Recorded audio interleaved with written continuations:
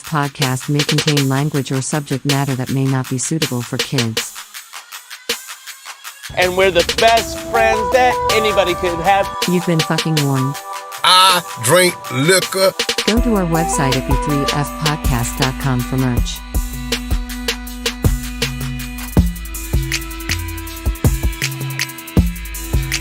Click on Tell Us What You Really Think to leave a completely anonymous review of each of us. Oh, yeah, just a sick sucker is a pet like him. Enjoy the show, you cunts.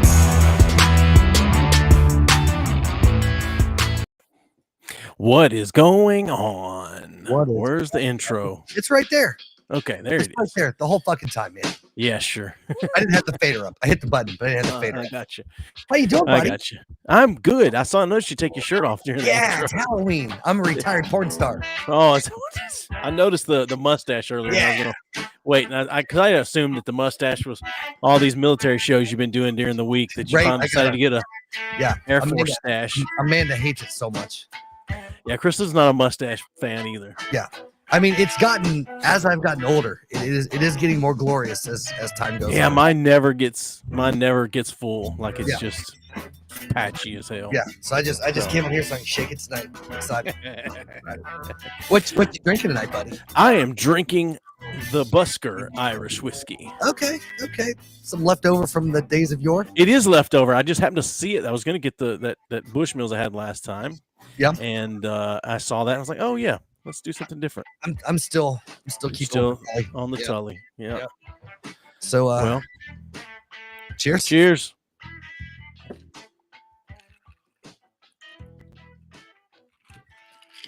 Surprised you're not. You're usually a big Halloween guy. You usually got your shit going. Yeah, I mean, I don't Yeah. do anything. I just hand out candy.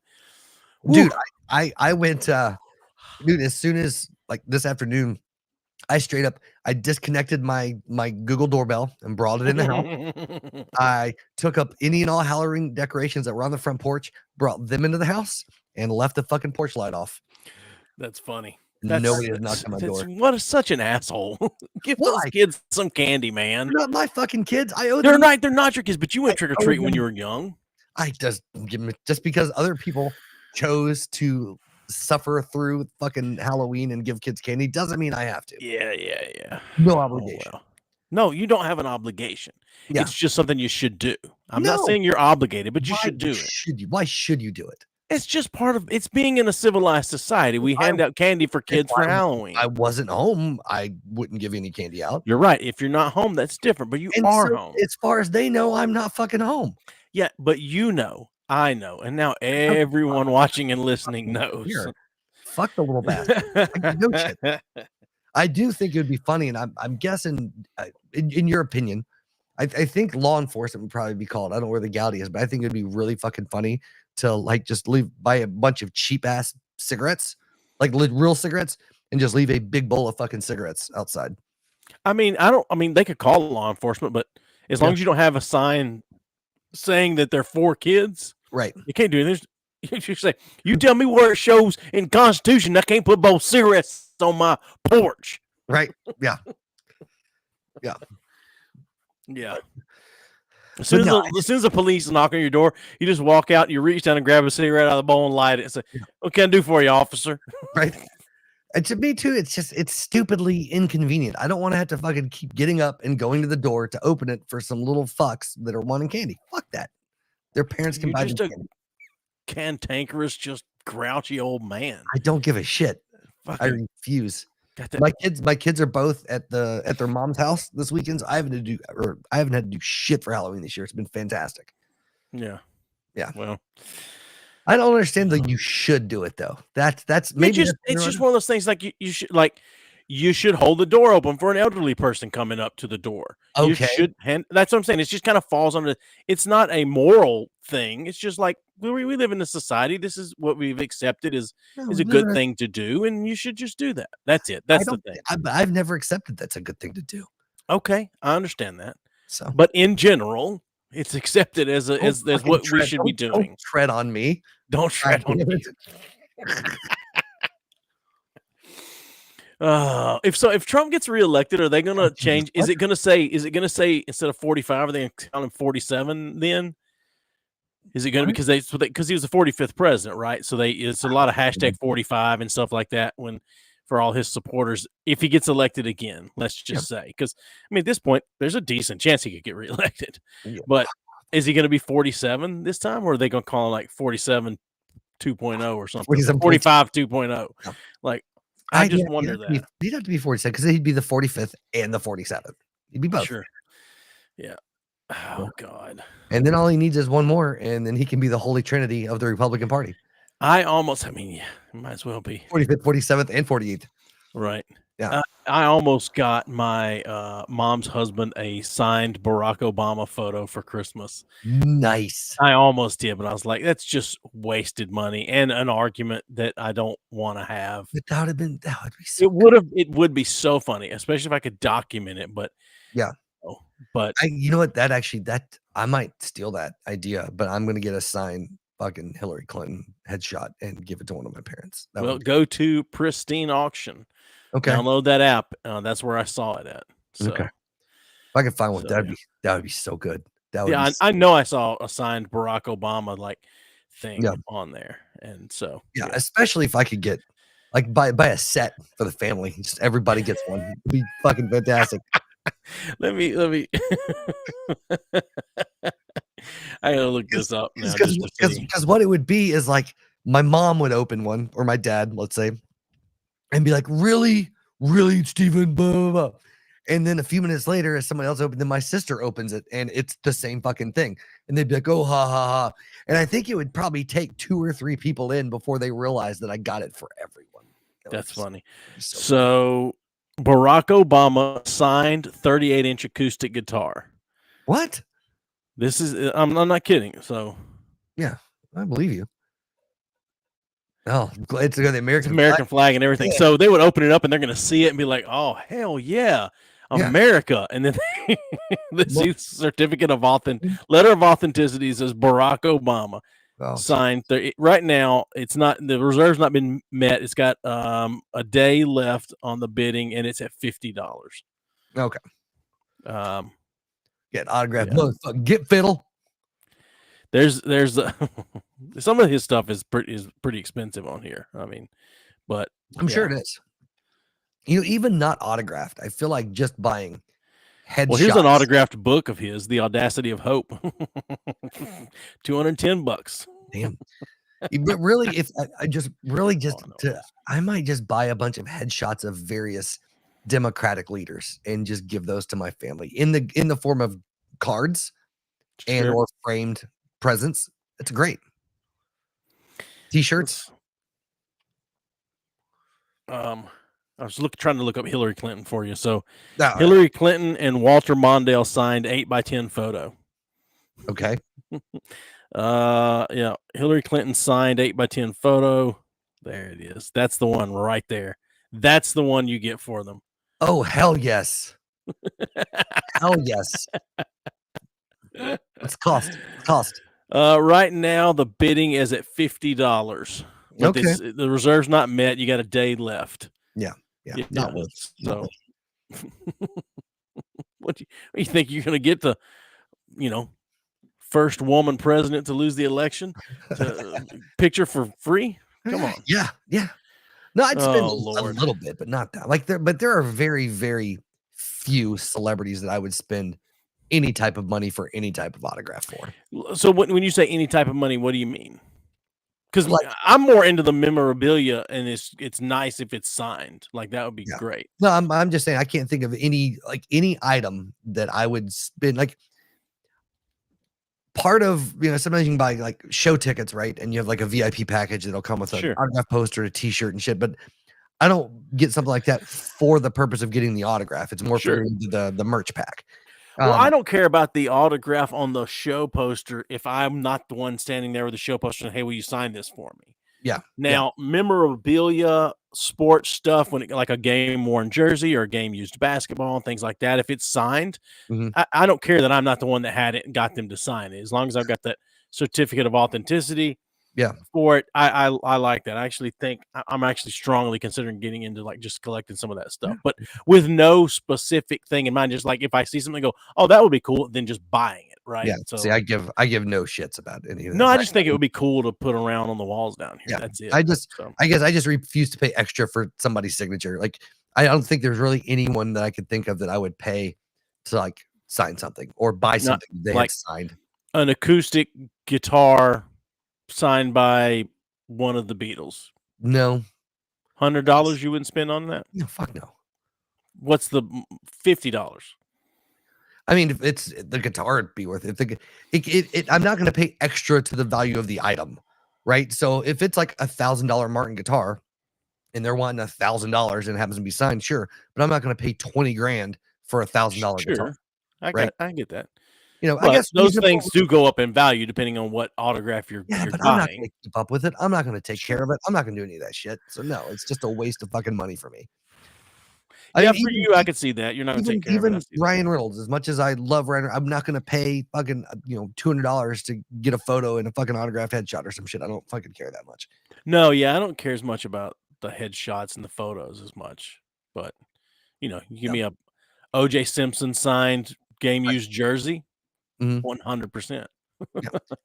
I'd steal one and sell it, but I'm not going to buy one. You wouldn't keep it. You wouldn't steal it and then just keep it. Why? Why would I keep it when I could make money with it now? Sure, but you could make more money with it later. Or maybe. I just think about you've got it, and somebody comes over here like, look at that. That you see that? You see that ugly looking dog painting over there? Yeah, signed. Whose Yeah. signature is that? John Adolf Wayne. Hitler. Yeah, right. Yeah. No, I don't like none of that means shit to me. Like I would rather spend because the money that people spend on memorabilia, I'd rather spend on some cool fucking tech shit. So when you come to my Sure, house, I get that. yeah, so it's like I'd rather be like, hey, check this shit out. Push a button, my fucking dildos come out of the wall and start pumping. People be like, holy shit. As opposed to be like, check this out. Fucking autographed by every member of the Monkees. Goddamn right. You know? I want my dildo wall, man. It's way better. That's funny. Way better. Good Yeah. Lord. I do have though, because Jude, like, I mean, you had to be 18 and over to enter, but Jude wanted to enter it, and I'm like, with the first time we went to a fucking Ice Bears game, we got a full autographed jersey by the whole team. Oh yeah. I think our good goalie buddy is his. Oh, yeah? signature on that, I think Nice.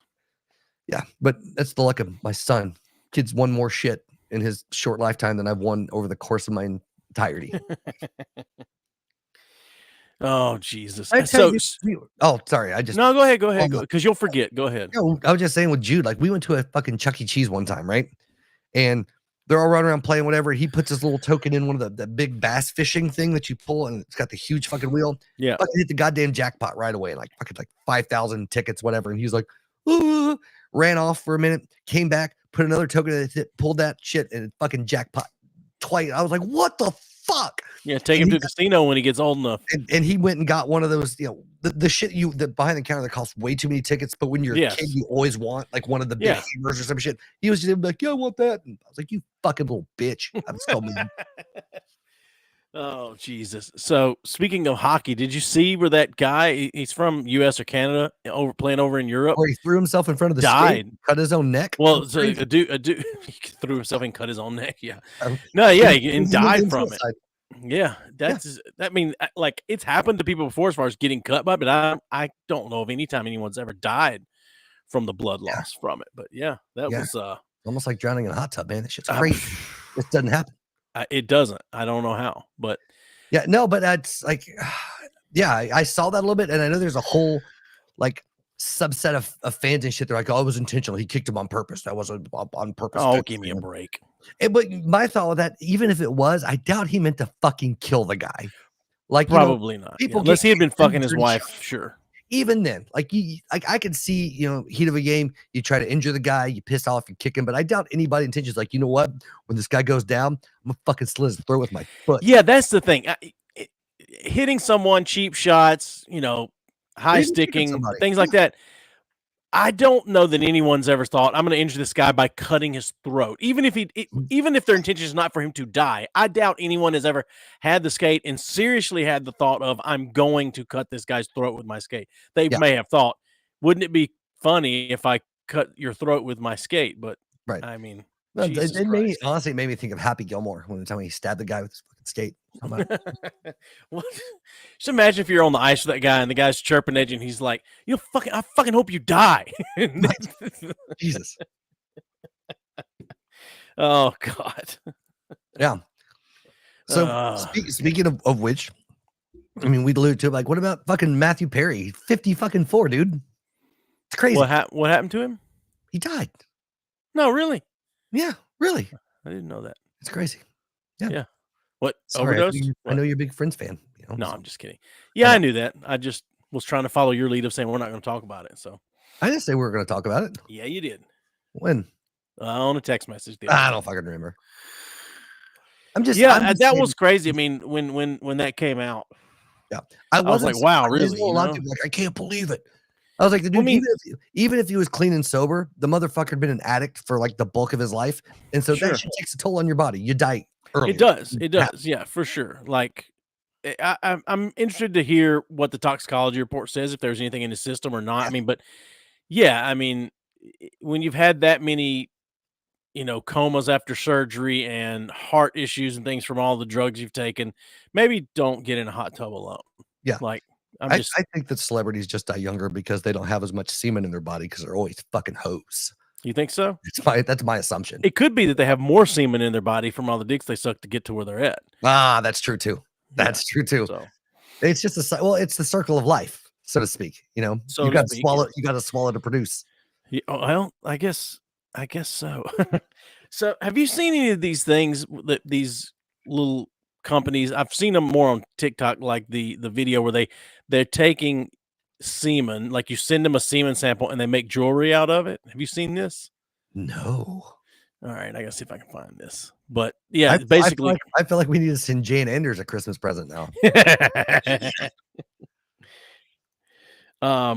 Yeah, it's like you send them a semen sample. Like, say if you're going to get one from Anna, you'd send them a semen sample, and I don't know if they dry it out or what, and then they make jewelry out of it. All right, let's see if I can share this here. Share screen. I understand. Oh, we understand. Oh. Are we over 18? Are we over? I don't know. Dude, the chats are quiet tonight. I'm a little sad about that. I take it we're not broadcasting on the 70s channel. We are. Oh, really? Wow. Yeah. Can you see the screen now? I can't see the screen. I make jewelry out of semen, but the process literally stinks. Oh no, I can't see the screen. It just says open with, and it's got what? We're on the side, but there's nothing on the screen. I thought you were getting ready to share the screen. You're doing a really bad job. I was showing the screen, but yeah, it says that I'm sharing the screen. Well, you were sharing a screen. You weren't just sharing the screen you were wanting to share. Well, it says that I was sharing the screen. Well, whatever. You were not. Hey, Janice, how are you? Hey, Janice. Yeah, how are you? Good. So, that was a major failure. But can you get? Is it all kinds of jewelry? Is it just necklaces? Like I don't know. I mean, like so. This particular thing says a Canadian-based jeweler claimed that she creates necklaces and bracelets from semen sent to her by clients for their spouses. The clay sculptor and jeweler Amanda Booth revealed last month that she started making what she calls jizzy jewelry in 2021 after someone commented on one of her TikToks asking whether she considered using man juice in her creations. Oh, wow. Let's see. Fresh samples are one thing, but when they've been in the mail for a little bit, I mean, it smells like semen. You know what I mean? So I guess she powders it up or dries it out, powders it up, and puts it in with component of the jewelry. Sure. Okay. So it's not like a brooch that's got like the little thing in the middle. It's got like a little sample rolling around. No, I don't think so. But she's holding it in her hand after she's made it into whatever without gloves on and carving little things into it. Oh, okay. She's got little beads and stuff like that. Just because something can be done doesn't mean it should, one, detract her weight in. A new meaning for a pearl necklace. Yep. Imagine 75 years from now finding a necklace at Goodwill and not knowing what it has in it. You know, Oh, if they're Jesus. made of clay and it's just got semen ground in the clay, you could totally use it to frame people for murder and shit. Probably could, yeah. Yeah. Probably could. Yeah. Just got So I mentioned that to Krista earlier. I mentioned that to my wife earlier. I was like, you know that there's you can get semen jewelry and whatever. She was like, no, thank you. Like, don't. If you don't get me that, which makes me want to then get one for her. Absolutely, you do. Absolutely. She's like, no. She's like, that's no. That's no. That's a big no for me. Like instant turn off and all of that. Yeah. So, but what if I give it to you? You absolutely love it, and then once you're wearing it and you absolutely love it, I'm like, oh, by the way, that's a semen bracelet, or Right. necklace, or Yeah. whatever. She's like, that's it. I'm done. I'm over it. I'm not wearing it anymore. So That means you just get it and you just never tell her. Never. my own little joke. Your own little joke. You just keep it inside, knowing every day. Even worse, get one made and give it to one of your kids and just never tell them. That would that feels gross. That feels gross just thinking about it. I know. Oh God. So Like, oh, this, hey, I got this as a Christmas present for one of your kids' significant others. Yeah. That's funny. That'd be fantastic. So Olivia's Kelsey, that's a beautiful necklace you have. you see this? Gabe said gave me a pearl necklace for Christmas. So Olivia's boyfriend came upstairs earlier and said, "Happy Reformation Day." Okay. He was making a joke about Halloween, but evidently, I guess, what is this? The Martin Luther nailing the stuff or whatever? Is it? Something with that? I don't know if it is No. not, but he was trying to make a joke about it. And Right. he said, "I just figured that's Halloween. Christians don't celebrate Halloween, whatever." Yeah. Which I told him, Yeah, Protestant Christian. back in the 80s and 90s, we called it Hallelujah Night. We did it Yeah. at the church. Yeah. He said they called it, instead of Halloween at his church growing up, they called it Elohim Night. Wow. instead of Halloween, Elohim. Yeah. I'm convinced that the churches are partially responsible for ruining Halloween anyway. It's one of the reasons why I feel like that a lot of people started trick-or-treating on the weekends prior to Sure. the the holiday, and then also the trunk or treats and all that shit. But whatever. I can remember going to a church and they did the trunk or treat, and they did a contest for everyone that was there with their cars to hand out candy, and Mhm. whatever your best decoration for the trunk of your car, like won or whatever, and Yeah. people like really going all out trying to decorate their trunk as something that's some from redneck the shit. Bible. It is some redneck. Do you shit. remember the fucking scare mare? I remember something called Heaven's Gates and Hell's Flames. Okay. I don't remember Scaremare. There's one in Elora, Tennessee, and it was fucking packed every year. And it was done by the church. Really? They had the different scenes of various parts of hell and where sin would get you. And then you had to sit through a fucking mini sermon at the end of it. It was stupid. Dude, I was in one of Pretty those. scary. As It an was pretty adult, scary. I was in one of those. Of course As you an were. adult. Oh. My dad asked me to and asked me would I do it, and I was just like, you know what? Fine, I'll do that. So me and David, my brother, he had Yeah. long hair and a beard at the time, and he played Jesus of all people. Of course he did. And yes, and I played the guy going to heaven who was had been in the military. Felt like stolen valor. That's funny. Yeah, That's really funny. it is having to go up to the stage in the scene and talk to my brother as Jesus. And you were, I also think it's funny that because you were in the military, it's partially why you went to heaven. Oh yeah, for sure. Yeah. For sure. So Because everybody knows that all military members are of the highest moral caliber because you're serving your country. That automatically negates any type of infidelity or drug use or abusiveness you have in your life. It's not just that you're serving your country, you're serving God's country. That's the true. thing. You're serving God. Yeah, absolutely. Something's Absolutely. wrong with my eyes, man. They're burning. Yeah. The semen dust in them. Right. You got your glasses frames made with cum. Yeah, that's fuck, man. God damn. God, there's something I was gonna say, and I completely lost Probably my train wasn't of thought important. on there. But anyway, I don't care. did you growing up? Did y'all do anything special at church for Halloween instead of doing the regular Halloween trick or treating stuff? Not really. We did the trick or treating shit. The big thing is because we didn't really get that heavy into church until I was older, like high school age is when I really got heavy into church. But prior to, like growing up and stuff, it was just pretty normal Halloween shit. Gotcha. More with my grandparents stuff. Like I don't remember a lot with my parents. I know that, like, you know, my grandmother's house though, she'd take us trick or treating and shit like that. But that's all I remember. Gotcha. Yep. I remember my mom's mom, the one that the dead one, she would, like, if kids came to her door and they were like, they looked like they were older than 11 or 12, she'd be like, "You're old if you get a damn job," and shut the door in their fucking face. She didn't give a shit. Like, if they were a teenager, she would not give them shit. She would not. That's funny. She was like, Even if they were carrying their little brother or sister with them to she would give the little brother or sister candy, but she wouldn't give them shit. Oh wow. Yeah. And she would tell him, she goes, "You can get you a damn job like me and buy your own damn candy." Yeah. Now, since you didn't grow up in church the way I did, I don't know if you'll remember this. I'm sure you know about it, but I can remember because I was in church from such a very young age, and we never really did the Halloween thing growing up for the most part.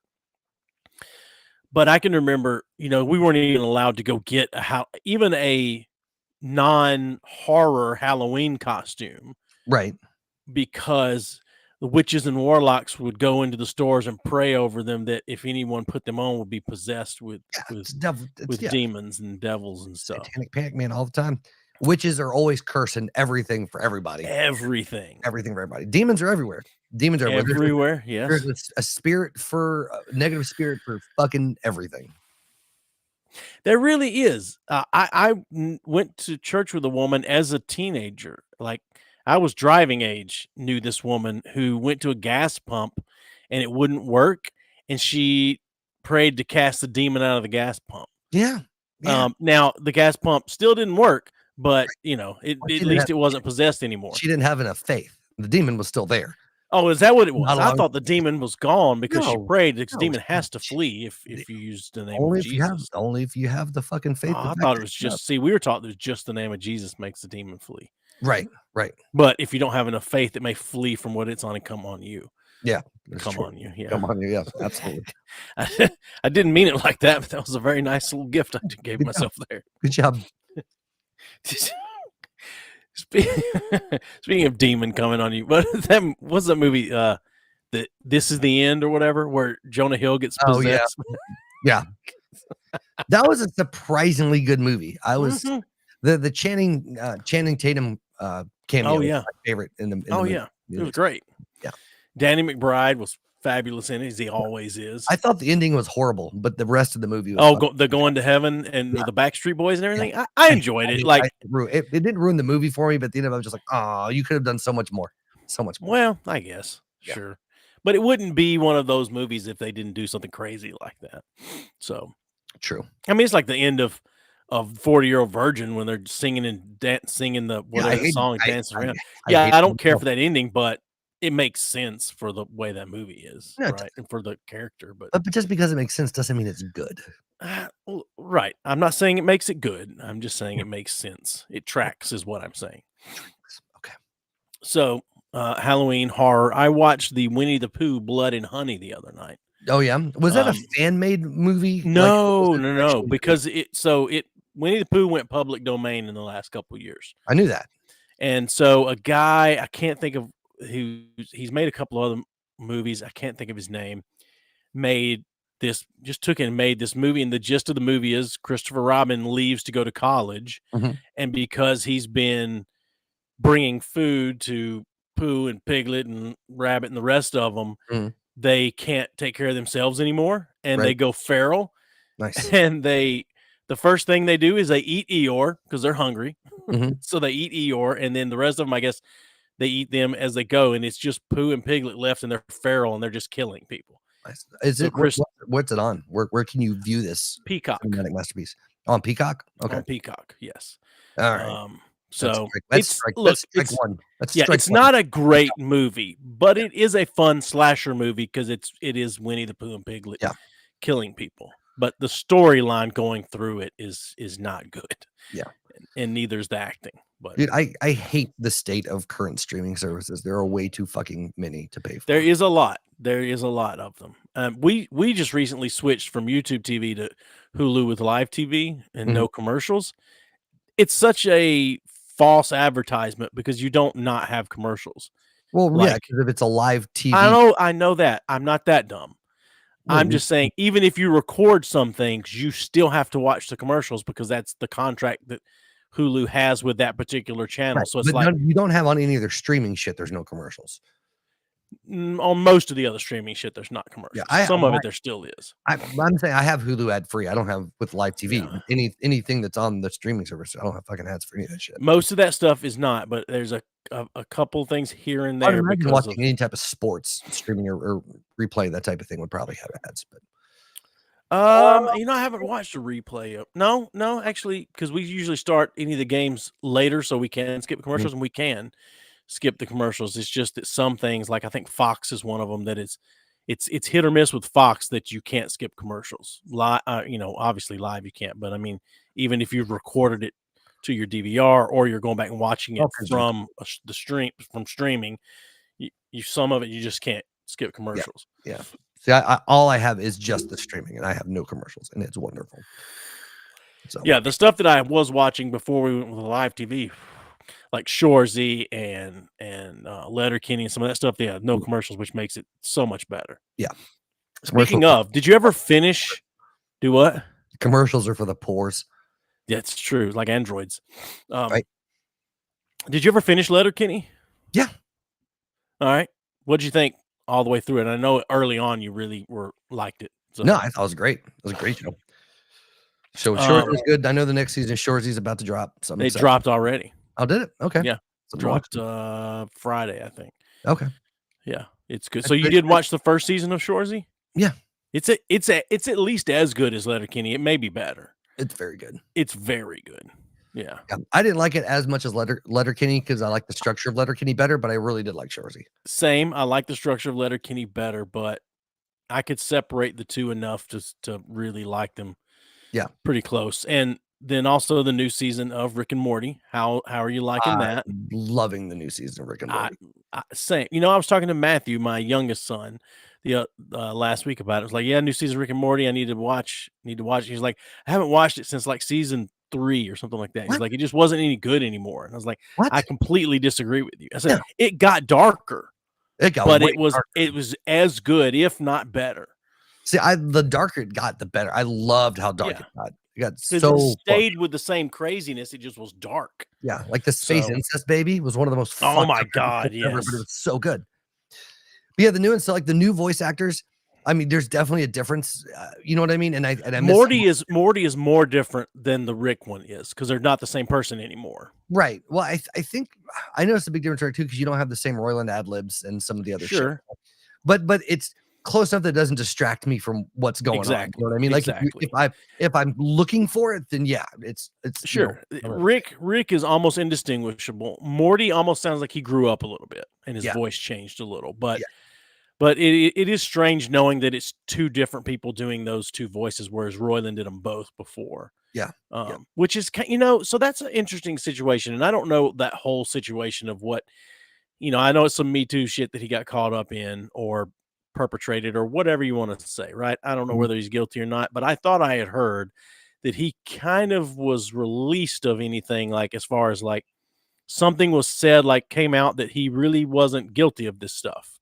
Well, no. So I don't know that that's real or not. the felony domestic stuff, like he had like felony domestic violence and kidnapping charges and shit against him.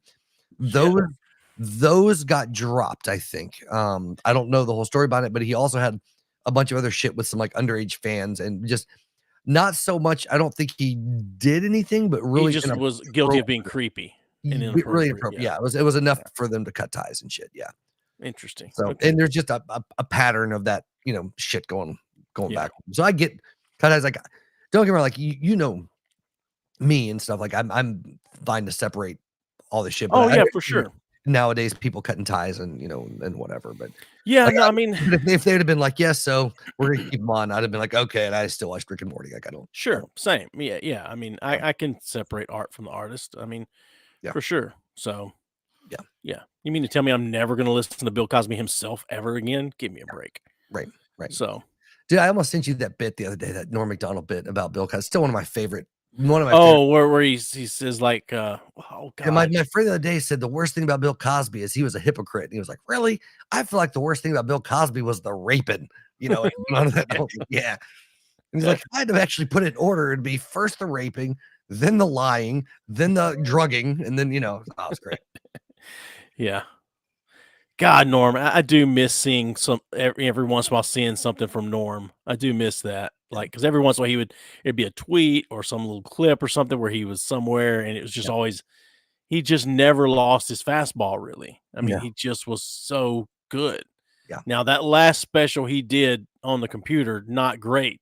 Yeah. But it was also not fleshed out, right? It's just him in front of a computer. And I think he and one other person knew he was going to die soon, and so Yeah.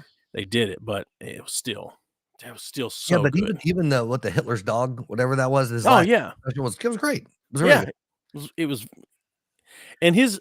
Norm Macdonald has a show on Netflix, was great, but whatever it was, he said something and it got him in some trouble, and Netflix didn't renew it. Yeah. But it was great. It was such a good show. But prior to Macdonald had his podcast that he did before. His podcast was great. Norm Macdonald Live. Norm Macdonald had a show was essentially just It was just changed over to a 30-minute format on Netflix. Yeah. It was great. So anyway. Yeah.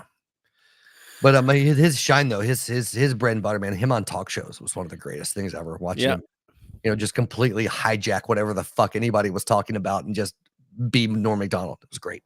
Mm-hmm. Very, just smart guy. Didn't drive though, which is weird. All the greats have at least one little weird quirk about them like that. But sure. But anyway, so I know I asked you to get something together. I can do mine first, but mine's long. Of course it is. It's long. It's an Am I the Asshole? And it's a very long thing, and then another update from the person. Ooh, I wonder if it's the same one because I did two, right? Because I picked up an Am I the Asshole? And then I also picked up a WikiHow for old time's sake. Okay. Why don't we do the WikiHow? Let's learn how to do something. Okay. I don't think we ever had music for WikiHow. So no, we didn't, unfortunately. And if we did, I didn't have it. So I have there's a couple, and I'm gonna let you pick based on the topic. One is how to make your girlfriend have sex with you. How to make her have sex. That's the title of the article. How to make your girlfriend have sex with you. And the other one is 16 ways or actually, 60 ways of the tab, but the actual title is how to cope with life. It's 16 ways of how to cope with life or how to have sex with your girlfriend. It's, both very helpful for our audience. I think so. I think we may do both of these. Okay. But I want to know how to cope with life because that's the one that affects me the most. Okay. How to cope with life. And this one was co-authored by an expert. Oh, by Trudy Griffin, LPC MS, which I think is multiple sclerosis, not Master of Science. I don't know. Yeah, I think so. 90% of readers found this particular article to be helpful. So, wow. Okay. And just one of the quick reviews or success story I want to share is this is from Javon Wynn from March of 2022. I was so sad and depressed before I came across this post. I was being abused, neglected, and not in a good mental state. As if a miracle happened by following these posts, I left my abusing relationship and started my career as a musician. So, so you left a relationship that abused you, went to a job that abuses you. Yeah. So I'm here. I'm bringing helpful things to people. I'm changing the world. All right, 16 ways to cope with life. Are you ready? I'm ready. Number 1, address issues head on. Break your problems up into small steps to make them less overwhelming. While it can be appealing to hide from your problems, pretend they don't exist, it's much better to face them head on if you can. Dealing with your problems, whether it's having a hard conversation or changing a problematic behavior, will serve you much better in the long run than making your problem bigger by ignoring them. All right. Do a little Step work. one, with them. no shit. Yeah. So, so you address issues head on. So, that's number one. Yep. All right. Number two, as you, I guess, approach them head on, number two, take a break. Stress can build up, and before you know it, you're ready to explode. So to stop this from happening, just take a little time for yourself every day, no matter what you are doing.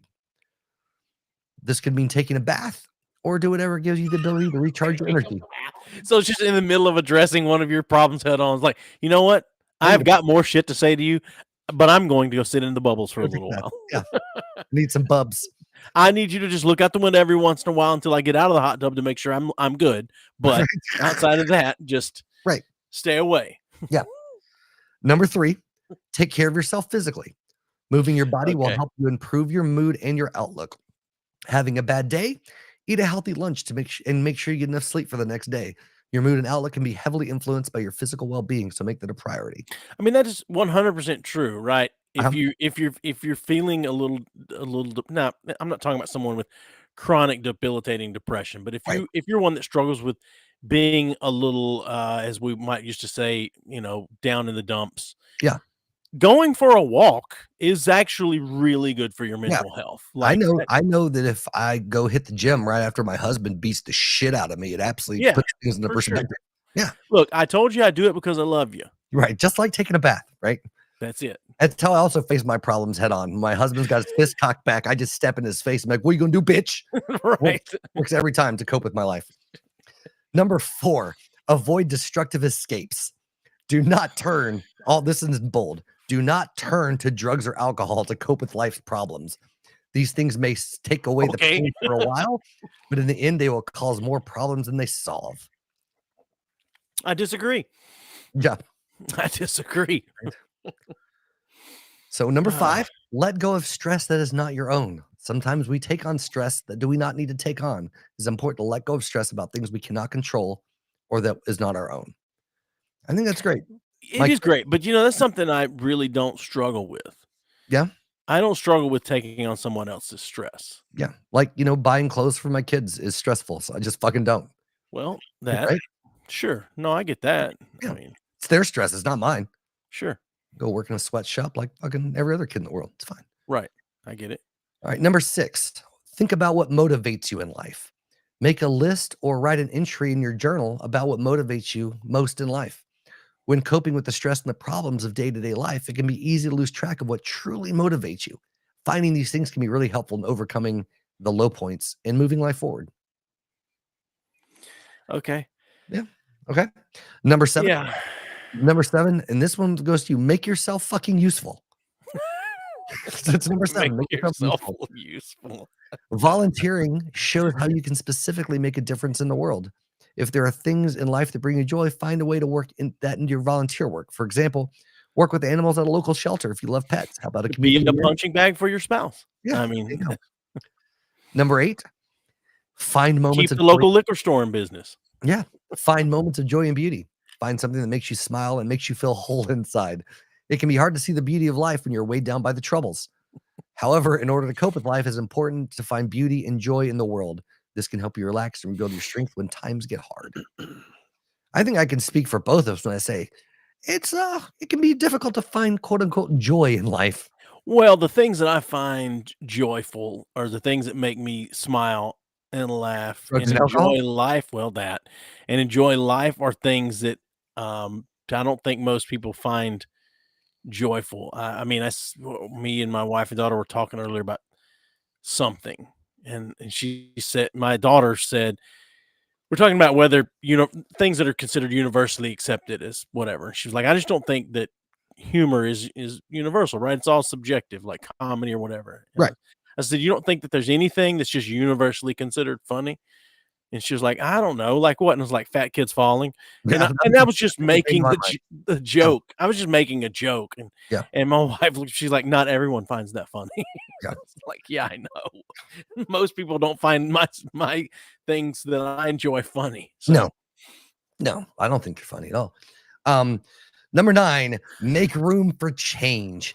Change is scary, but can really help you move forward. Sometimes Be the finding change motivation, that you want to see. yeah, exactly. Requires to change a variety. Sometimes finding motivation and purpose requires you to change a variety of things in your life. For example, it may be that you need to change jobs or manage your time differently in order to find satisfaction in your life. Maybe you need to change families. Yeah. And number 10, and this one is terrible advice. Turn to friends. When trying to cope with life, it is friends that can often help you through. A true friend, Sure. one that loves you and supports you no matter what, is a rare gift that should be utilized. When No, you- that's bullshit. I mean, that's not a good friend that loves you and supports you no matter what. That's not a good friend. No, that's a A terrible. good friend's going to call you on your bullshit. Yeah. Like, that's. Number 11, get help from your family. Ugh. If you have family members that you can turn to, do it. In many cases, your family members are the people in the world that are most likely to be willing to support and help you. Oh, one of the points of turning to your family can mean asking for physical or financial help.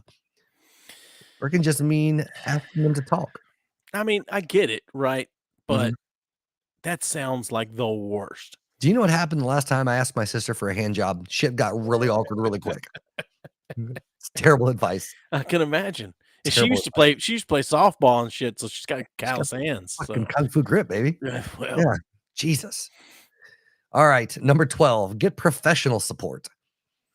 Ask trusted friends or family members to give you suggestions. that is not professional support. No, but it says it's important you turn to a mental health professional to give you the support that you need and deserve. Get professional support. Ask your friends and family. To give you suggestions. Ask your friends and family to pay for therapy. Right, exactly. Number 13, continue to seek help and never give up on life. That's basically just an extension of 12. That doesn't count. Never keep depressed or destructive thoughts inside. If you're feeling depressed and talking to friends and family is not help, turning to a professional have gotten you nowhere. Continue to seek out help.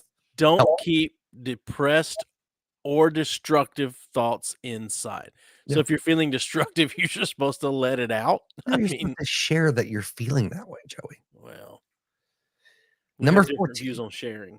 Identify what you can control and what you can't control.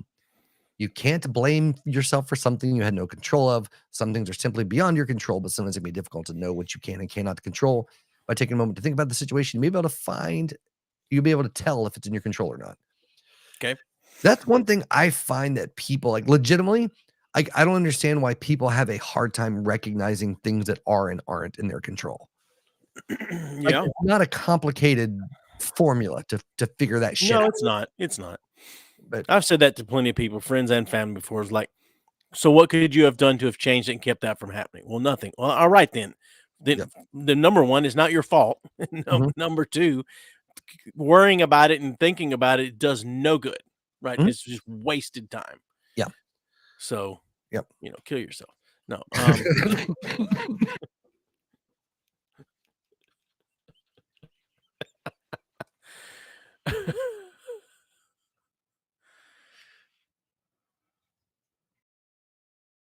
I Sound told like you you stayed in the hot tub too long. I told you I'd have at least one come on tonight. Holy shit. Number 15, develop a resilient mindset. Self-discipline and Lord. accepting yourself can help you feel more confident. Being resilient encompasses many different qualities, but doing so can help you cope with whatever lands you or whatever life hands you a little better. Some things you can do to become a more resilient person include learning to accept other people, being more decisive, improving your communication skills, setting goals, and working to achieve them. Yeah. Okay. And number 16, cope with change. Look for the positive aspects in your life that come from change. Your life will change in small and dramatic ways. So there you go. Those are all good techniques on how to cope with life. Okay.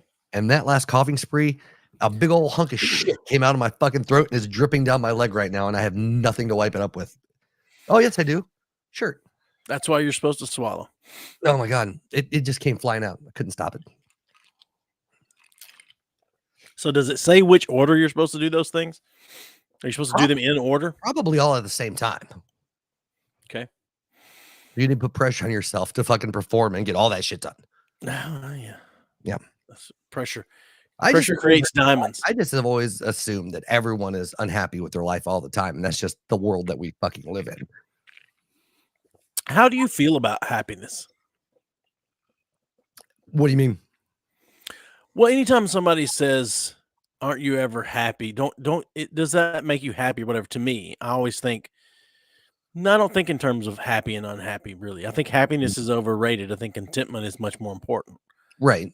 And that's my thought. So I just wondered what your thoughts were on happiness. And anyone watching right now or listening right now, what are your thoughts on happiness? Yeah. So my general thoughts, I don't know. I don't view things as need to be happy and unhappy. Like it's nice to be happy, but I find like you said, contentment it expands because happiness is temporary, right? Like Yeah, for nobody's sure. happy all the fucking time, but you can be content, most of the time. Right. Robin Williams was happy all the time. Jesus Christ, man. Well, it's So cocaine, nobody man. was. Cocaine. But I think that I don't know, like for me, like I don't have these goals of I need to do this to make me happy. Like my thing is I view life more, at least at the place I'm in now, in regards to like responsibilities. Like, am I taking care of the shit I need to be taken care of? If I am, and the things that do fall under my area of responsibility, if I'm knocking that shit out, then my happiness is irrelevant because I have these responsibilities. It doesn't matter if I'm happy or not, they need to be taken care of. So the happiness to me is fucking irrelevant in the life equation. If I'm a single, have nothing else going on, then yeah, happiness maybe factors into your life. But to me, if you are in a situation where you've got a family and other shit that you're responsible for, then your happiness is fucking irrelevant to what you do with your life. Agreed. Yeah. Yeah. I just think happiness is overrated. Yeah. I don't know how many people I believe truly are that say they're happy or truly are happy. Yeah. I think. Yeah. Anyway, whatever. Yeah. But yeah, Okay. I think as a whole, I don't think it's a, I don't think happiness should be a goal because it's not really, it's because it's a moving fucking goalpost, right? Like, Well, sure. it's going to make you happy in 1 minute. It's not going to make you happy the next. So to constantly be looking for your happiness is fucking pointless. I do agree. And like we said, like looking for contentment is a much more noble pursuit, I think, in life. Yeah, I agree. All right. So, do we now question? Yes. Before you start on your Am I the Asshole, do we want to take a quick break? Do you want to take a quick break is really the question. No, I'm good. Because I'm fine. I don't need a break. But okay. I'm good. Okay. All right. So, I stumbled across this a couple days ago. Am I the asshole? The start of this post on Reddit says, I am at a loss as to what to do with my wife. I'm a 54-year-old man. My wife is 51.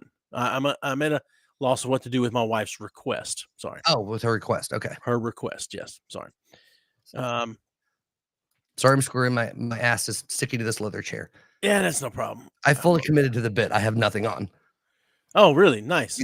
Yeah. See? Hold on. I gotta prove my point here. See? Oh, okay. I got you. Nice. Yeah. Committed. Nice. Committed to the bit. Okay. Anyway, continue. Sorry, I had to make the font a little larger. My old eyes can't see. Notice the viewership went up when I stood up naked. No, that is funny. Yeah. All right. So, like I said, this is a long one, so we can stop at any point in the middle of this to discuss anything or comment or whatever. Right. Yeah. My wife and I have been married since 2001 and together since 1999. She's the most intelligent, thoughtful, caring, loyal person I know, and I've always thought of myself as fortunate to have met and married her. She is, even today, aesthetically beautiful, and men have told her this throughout our marriage. She has always shot them down. This is no shit's going downhill pretty quick. There's way too many compliments at the beginning of this for this to go well. All right. Okay. She has always shot them down. Earlier this year, she was diagnosed with uterine cancer, stage 1, and had a full hysterectomy. Divorce. I was never. Yeah. No. Let's see here. I was never concerned about the cancer. It was diagnosed early, dealt with quickly, and she made a full recovery. I took time off work to look after her. After the surgery, and all seemed well. There were some to be expected emotional instances on her part. And although I'm not an emotional person, we dealt with them together. After her recovery, she was insistent that we start living life to the fullest and took a 10-day trip to Europe, followed by a trip to Belize. We also have a trip to the UK and Spain and Portugal later this year. I'm fine with these things. Building memories and crossing bucket list adventures off her and our list. What do you think about that? First off, someone having this kind of experience and then immediately going, we should live a life to the fullest. Let's do whatever. I don't know. I think people do go through shit like that and then have the realization that they haven't done shit with their lives or haven't had any adventures or haven't done anything, and they had this like instant regret and suddenly feel the need to seize the day. Okay. They're compensating for whatever. Sure. All right. It says, I also understand that these are a result of feeling fragile on her part. She also took up yoga, swimming, and healthy cooking classes. Mhm. I was fully on board until last week. Last week, she came home from work and told me she wanted a hall pass, Oh, a one-time opportunity for her to have sex with someone else besides me. She said that since her cancer diagnosis, her outlook on life has changed and she doesn't want to be handcuffed from doing things she wants to do. okay. She explained that there's this guy at her work that she has always had some attraction to. He is leaving the company and she will never see him again, so this is the perfect opportunity to sleep with someone else. She said that I could say no, of course, but that she would be mad/disappointed at me for an indeterminate amount of time and that it would be confirmation of my male toxicity and insecurity. Wow. Wow. I know. Amazing. You cunt. Mhm. Like, no, but you can by instant thing would have been like, no, but you can live life to the fullest single, do it. Right. You know. Right. Yeah. That's Or would like, well, do I get a hall pass? Or is this just for you? confirmation of my male toxicity and insecurity. Hmm. She tried to hit you from two sides on that one. Yeah. All right. I didn't consider myself to be toxic. And if not wanting your wife of 20 plus years to have sex with someone else is insecure, then I guess I'm insecure. I told her that I appreciated her talking to me about this, but approval via coercion is not approval. Mhm. I also said that I do not appreciate her language in describing my as of yet unknown reaction to this very large issue that could affect the rest of our marriage and life. Mhm. I got up in the morning and she basically said that she was sorry for putting such a large decision solely on my shoulders and that to help, he put that in quotes, to help, she was taking the decision away from me. She booked a hotel near where her coworkers are having a party / send off for this guy, and she would spend the night there with him and hoped that I would be here when she got back. Damn. Yeah. Damn. That she let's see, that she would answer any questions I have about the night after it happened, but not before. She will not tell me who he is or anything about him because she knows me too well and that I will dwell and obsess over him and that I would make it too real for me, she said, which is pretty accurate. Mhm. Her POV is that the less I know, the better, which contradicts the offer to tell me anything I want to know after it happened. Mhm. I think she knows I won't want to know / ask anything, or she simply will not tell me. Part of me thinks at least she has been honest with me and she has been through a lot since finding out that she had cancer, so maybe I should just let it happen. I certainly have no concept of what she Then he's just a cuck. Yes. I certainly have no concept of what she went through, so I cannot dismiss how this affected her mental state / outlook on life. Yes, you can. Well, I mean, it's a true statement. You don't know what it was like, but you can absolutely dismiss it. No Plenty of one people go- knows what it's like to be the bad man. Let's see here. Part of me wants to put my foot down and say this is not going to happen and deal with those consequences when they happen. Her BFF called me callous for even suggesting that I wouldn't let it happen because I have no idea what she went through. Man, there's two No. bitches that'd be dead to me. I was gonna say, cunts hang out with cunts. Jesus. I find it hard to believe that she is okay with the possibility of throwing away 20 plus years of marriage over some guy that she has had no relationship with outside of work, and that I should just call her bluff. Mhm. Maybe she thinks, maybe she thinks similarly that I won't throw away the marriage because of one encounter. I just don't know what to do. I empathize with her, and then an instant later, I am angry with her. Part of me wants to know who this guy is. What does he look like? What has he got that is so enthralling for her? Is he just a safe option? Is he married? Does his wife know? Would I be a callous asshole for saying no? What can I do besides walking away? And that was the end of his post. Yeah. And then people chimed in whether he is or is not an asshole. Right. What was the consensus? Or most people saying he is or is Most not? people saying he's not. Most people are saying he's not. Now, Yeah, good. I'm sure there are some people that are like, yeah, you're just a fucker. I mean, really, the first thing to me, she doesn't want to be married anymore. That's all it is. She wants to have some single. I don't think that's it. I think she wants the security of the marriage to him, but she wants to go out and do whatever she life wants. privileges, right? What I'm That's saying is it. one hall pass isn't going to be enough. Was my point. Yeah. Probably. You're probably right. Yeah. And then like the whole thing is it's not about what he can and can't offer and all this other shit. And yeah, there's some type of attraction to this dude, like you said, prior to all this going anyway. So if she hasn't already fucked the guy, it might just be an excuse to fuck the guy again, and leave you with some guilt. You know what I'm saying? Well, a couple of days later, the guy put an update. Oh. I received a ton of advice that I couldn't possibly respond to. I do appreciate the people who took time to offer advice in the comments or via private message. It has been an exhausting couple of days. Mhm. I was hoping that my opposition to her plans would give her pause, but unfortunately that did not happen. I said I am a hard no, and I am not sure how I will feel about you if you go ahead with it. Mhm. I was met once again with, this is for me. It will be one time. What can I say to help you deal with it? You'll get over it. We were meant to be regardless of the situation, remarks leading up to Saturday. Yeah. She left Saturday, ostensibly to meet her coworkers, but in reality to fuck the guy. I asked her to text. I know his tone has changed. Yeah, significantly. Yeah.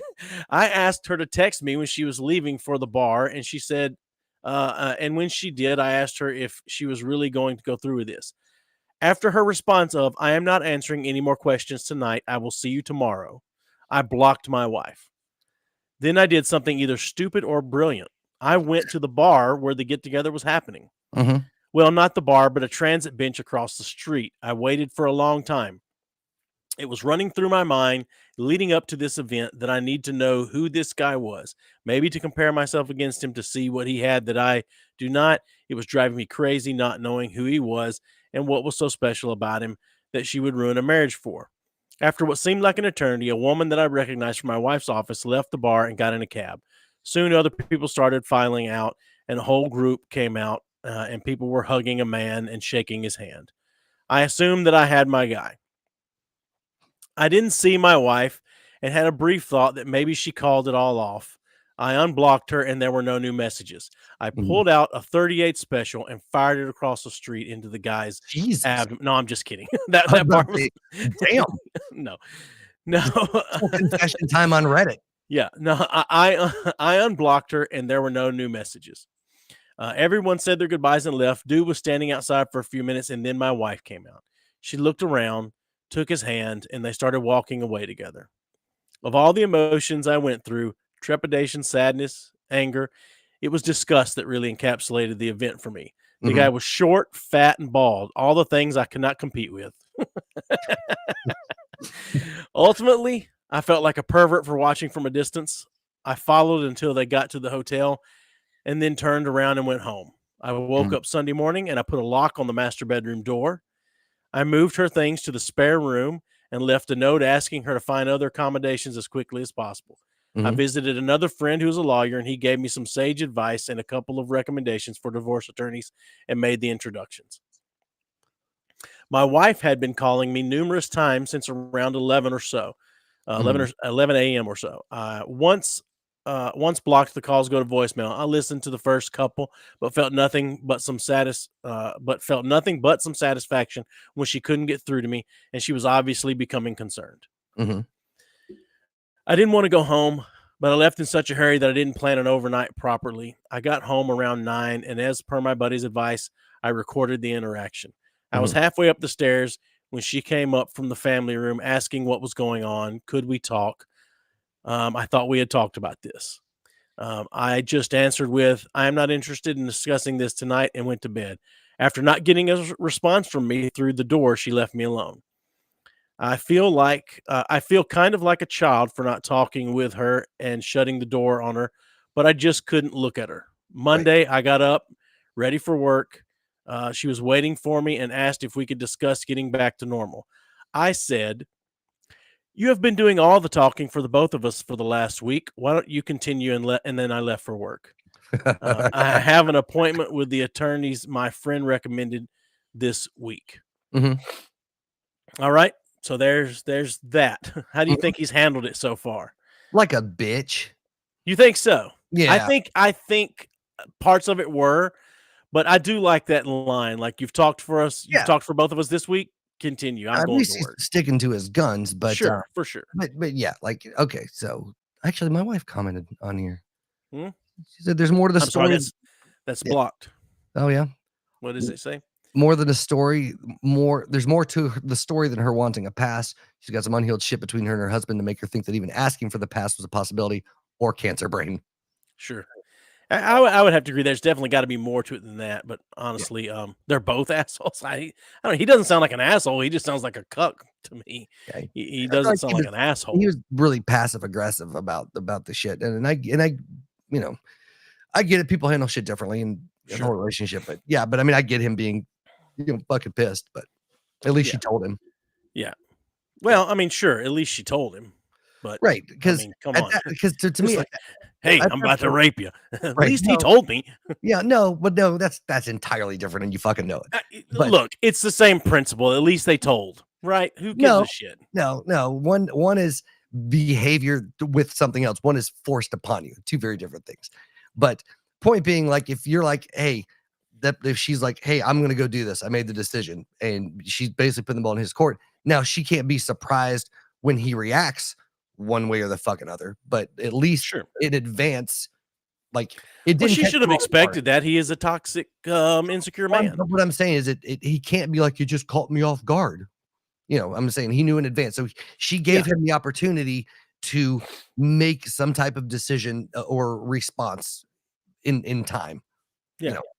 So Yeah, I feel like he made his response, and she didn't like it, and so she did what she really wanted to do. right. That's what I'm But saying. Yeah. But yeah, I think I definitely think that there are parts of this he did, like you said, handled like a bitch. Yeah. But like, so, going down to the bus stop and watching, like, what the fuck? Just be home. Just stay home. Just stay yeah, home. sure. Yeah. So there was another update. I didn't get it copied in verbatim. I can't remember, something happened. I didn't get to copy it in, but basically, she got her friends and I think her mother to come to the house and talk to him. And they all talked to him about how he was overreacting, couldn't believe that he would be upset with her for something like this. She told him that's what she wanted to do. He has no idea what it feels like to have gone through what she went through and all of this stuff. And he's so selfish and toxic and all of that stuff. And he basically said to them something along the lines of, if you're done talking now, her family is also assholes. Yes, it sounds like it. Yes. He basically said something to them as like, would all of your spouses, how would they feel if you were saying something like defending someone doing something like this or whatever? Maybe I'll just go have a talk with him or something like, which is a bitchy thing to do, but I get why he did it. Right. It's still a bitchy thing to do, but I get it. Yeah. But, yeah. He's sticking to his guns, though. I'll give him that much. Yeah, he is. And My follow thing is, like, through with the divorce. So the bigger thing here, in my opinion, that I see elements of regularly are people using some type of terminal, or not even terminal, but some type of diagnosis, especially cancer, as an excuse just to be a fucking cock, which is insane. Like, oh, you don't know what it's like. I went through this. Like, you can't just be a piece of shit because you fucking had cancer. You know who lost cancer? Fucking 90% of the world these days. It's like the new fucking common cold. But I mean, that's what that whole Ricky Gervais show Afterlife is about. Like, he's a guy who went through something tragic and he takes it out on everybody else, and he has to learn that you can't be that way. Like, you can't. I mean, can you be that way? Yeah, you absolutely can be that way. Yeah. But as long as you just understand you're a dick, and useless. But I think that people use that all, and it's not just with like a cancer diagnosis. You also see it with people with mental illness or just any type of like big diagnosis that they can use to pin a lot of their other shit on. They'll Sure. use that as an excuse to do what the fuck ever they feel like doing. Sure. In this case, it was the hall pass thing, but and it's one of those things, like a hall pass. If she would have been like, well, this is I want a hall pass, and he would have been like, okay, if that's what you want, and then acted how he acted, then like, no, you're a fucking idiot. Like you are an asshole. Sure. But part of being married for 20 Yeah, I don't know that I consider that an asshole. I would definitely consider that just stupid, just ignorant.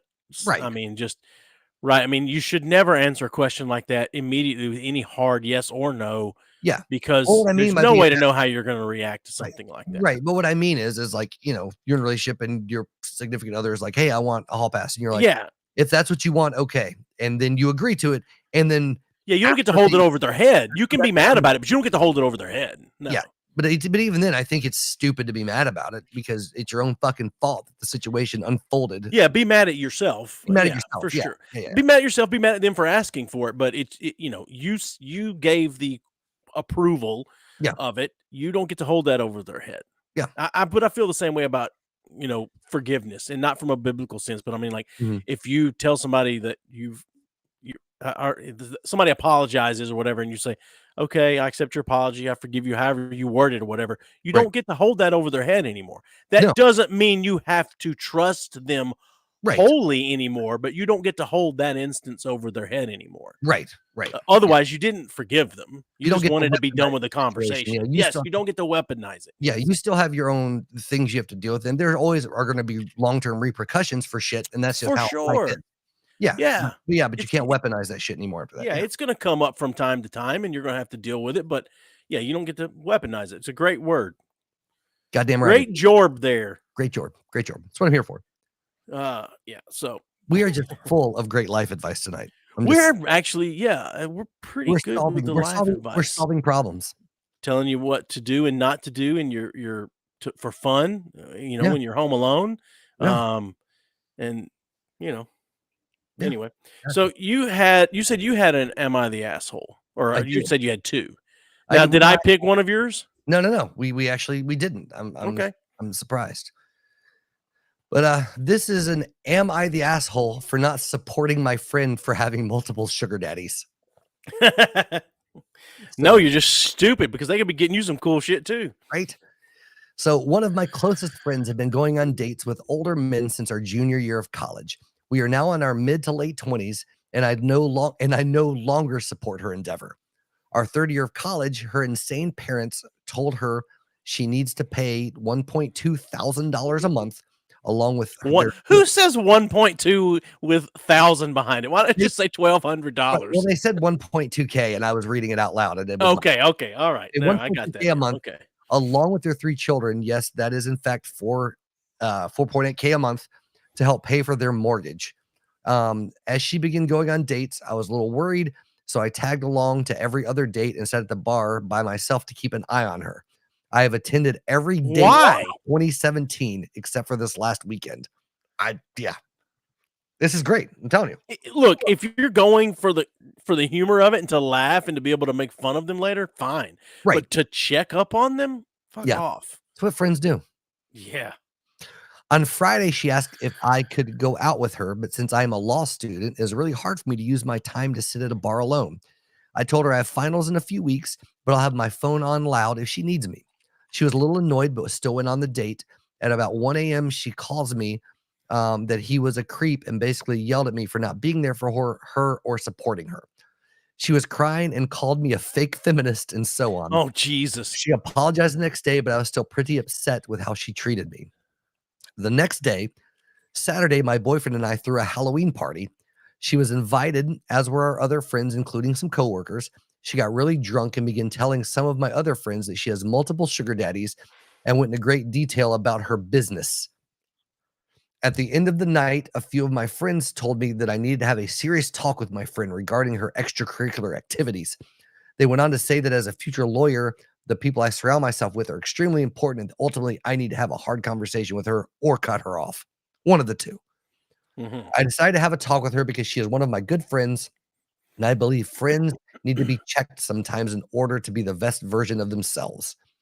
This did not bode well for me. She began screaming, "You're an elitist who thinks you're better than me because you go to law school. You're a fake feminist, and everyone knows it. This is You're so a pathetic fake feminist. that you When did think- that become a weapon? I don't know. This is so pathetic that you think this isn't an actual entrepreneurial deal for me. You haven't been kind to me the last 2 years. It went on for a while, but I just ended up hanging up on her because, quite frankly, it was exhausting. So, am I the asshole for no longer supporting her for doing this? I do feel bad about it, and the whole elitist thing is messing with my head.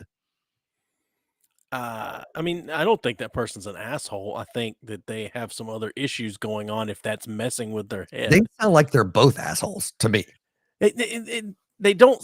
The one friend definitely sounds like an asshole. The one that's not quote supporting it anymore is like, what, it's not yours to support. Like that's the thing. Like, who gives a shit? Like, I don't care, right?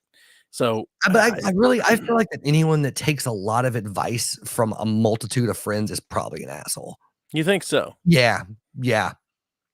It takes a lot of advice from friends. Why do you think that makes? No, it takes advice from a lot of different friends, meaning someone that needs feedback from multiple people, like a lot of people to decide their stance on what they should do or something, is probably some type of fucking indecisive asshole. That's all I think. Really? Why do you think that? I mean, Because because I consider getting information from multiple sources a good way to decide really how you do feel about something. getting information from multiple sources is different than getting advice from multiple people. Okay, I Or guess getting I'm the thinking opinion of of it the people, same. especially a bunch of other people in their fucking 20s. Okay, but if you're in your 20s, you don't think like that. I mean, that's But Yeah. still, but even now, like if I was like, hey, we should go do blah blah blah, or you should do this, and you're like, well, you know what? Let me talk to my friends about it first. I'd be like, what the fuck is wrong with you? You're a 40 goddamn year old man. what other friends am I going to talk Exactly. to? But I mean, anyway, but anybody that has like a consult of people that they have to run life events by, like I automatically Sure. like, you're a fucking douche. You know? No, I'm going to talk to you, and then once your personality changes to one of the other ones, I'm going to talk to you again, and then I'm going to go that I way. mean, it's one thing, in my opinion, to get like just some feedback, like to check yourself a little bit, but that's different than like, actively polling the opinions of like your friend group. I think that is just I don't know, a mentally immature thing to do. I see. To poll the opinions of get your friends' opinions on something you're doing is you're saying you consider that a mentally immature thing to In do. order Am I to- understanding you? More or less, because when the motivation is usually to confirm what you're doing is right or wrong, you're wanting Sure. you're wanting to get positive reinforcement for whatever your fucking Yes. opinion is. Gotcha. Yeah. Interesting. It's one thing to talk to somebody that has more experience than you if you're unsure in a new situation. Sure. Got no issue with that. But it's kind of like my friend or Joey's being an asshole. So I go to like fucking 7 different people and be like, Joey's being an asshole. What do you think I should do? Like, he's just really hurting my feelings. I don't know how I should handle it. And then I ask 7 different people, and then kind of no, fuck that. Like, no, I can, you're a grown fucking person. Figure this shit out yourself. Well, I mean, Yeah. If you're getting your feelings hurt by a Yeah. friend at this age, Yeah. you have bigger problems. What it sounds like to me is they were both at one point horribly codependent on one another, and then that's starting to Sure. crumble a little bit, and it's wrecking them both. You fucking Sure. fake feminist. Now, that's so funny because she doesn't support everything you do, even with the stuff she thinks stupid. She's a fake feminist. Yeah. That's Yeah. I do have a very low tolerance for anyone that is preachy about any subject and Mhm. contradicts that subject, though. Yeah. I do have a very low tolerance for that. But Yeah. the whole fake feminist thing, that's funny. That's got to Yeah. be something new with the young people. Well, there's a big thing. I've talked to Amanda about this. Is like really a lot of the new younger gen feminists really dislike the old school feminists because there's a lot of differing Sure. theology there and what it means to be a woman and a strong woman and an independent woman. And Sure. a lot of the young people it's a thing. They'll be like, oh, they're just a fucking fake feminist because, they believe in strong independent woman, but they also understand that, most women can't fucking throw up 250 pounds, type of thing. And Right. that's just sexist.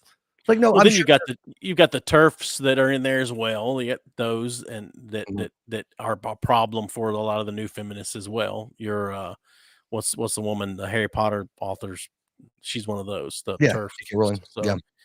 yeah, that's her name. Well, that's the thing. Yeah. And a lot of them say, a lot of the old school feminists, they believe they stand very strongly in certain camps with the Sure. the trans stuff. Yeah.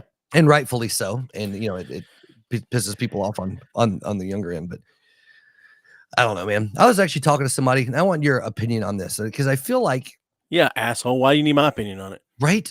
Because we're discussing things. It's not a based on a decision I'm making, you fucking dick. But if like I feel like we're getting more and more what used to be when we were younger, you had the loud minority, right? Mhm. And you talk to the average person, and there's still most people are pretty fucking middle of the road. And usually Yep. people that are on the far ends of the spectrum on either side are just They're the loudest they're ones. the Yeah. loudest ones that are getting media attention or whatever. But now, especially with the rise of the TikTok and things like that, a lot of the really loud minorities are getting much more of a reach for their Well, for their because the world has gotten smaller because of social media. So now and so a lot of they're not just younger- loud; they're actually effective. right. And so now So- a lot of these ideologies are spreading to fucking like younger kids and becoming more prevalent because of the algorithms and then the demographic mediums of TikTok and things like that. So you're just getting there. So all the kids are seeing is a lot of this fucking extreme shit that would usually even be on the radar until they got to college or some other age group. Just didn't know how do you agree, disagree? I think so. I think that's true. I think Like- it's the beginning of the end. Right. But Yeah. it's. I mean, I hate mob mentality and that whole. Well, like when I was 9 years old, I had no idea. And for better or worse, some people might think this is bad. Some people might think I don't know. No concept that there were, chicks having dicks put on and dudes getting their dicks chopped off. I had no idea. Like trans I had no concept of that. Hell, Right. at 9, 10 years old, I had no concept of sexual orientation or sexuality other than, Right. the neighborhood kids joking about some shit every now and then. Most of the older kids, and you just laughed and you had no fucking clue what they were actually talking about, Right. But now, my kids at 10, 11, I'm had to have an conversation with them explaining what shit is because they're stuff that they've seen or heard at school from other kids and shit. I'm just like, where the fuck? Like, more about shit at 9 than I did at like 19. It's Yeah. fucking It- insane. yeah, and it's.